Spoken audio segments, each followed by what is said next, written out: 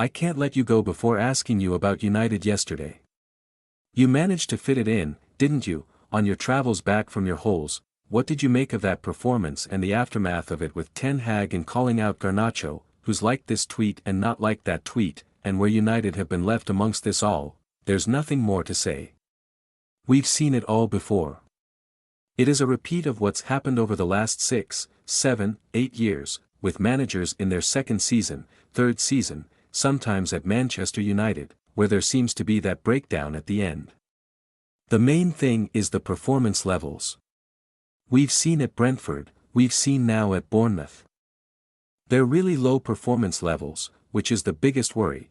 I know people point towards the injuries, and Manchester United have had a mountain of injuries, but I said the same against Liverpool when I was asked a specific question about the Liverpool game. 9 of that team that started yesterday would probably be in the starting 11 if everyone was fit, you know, Onana, Maguire, Dalot, the Mithrian midfield of Casemiro, Meunier and Fernandes, and Højlund and Atu and Rashford. So those 9 players, and Manchester United's probably 9 best players in those positions. Now, you'd bring in Luke Shaw and you'd bring in probably Martinez, and you could toss up between Varane and Maguire. But there's nothing in it.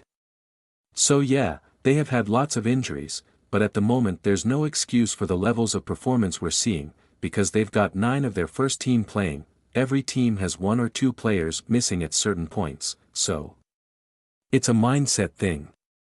I don't know what it is. Honestly, there's no explanation for how they're playing at this moment in time. I think that the anger, the disappointment has gone out of many Manchester United fans' voices. We're getting to that point whereby the FA Cup is a big thing, obviously the game next week against Coventry, and then obviously a final, hopefully, if they get through next week. That's a big thing, because winning a trophy 2 seasons on the bounce should never be sniffed at. You always said that winning a trophy in a season is a real achievement, but it is a sort of bizarre experience watching United play in terms of how bad they can get to in games.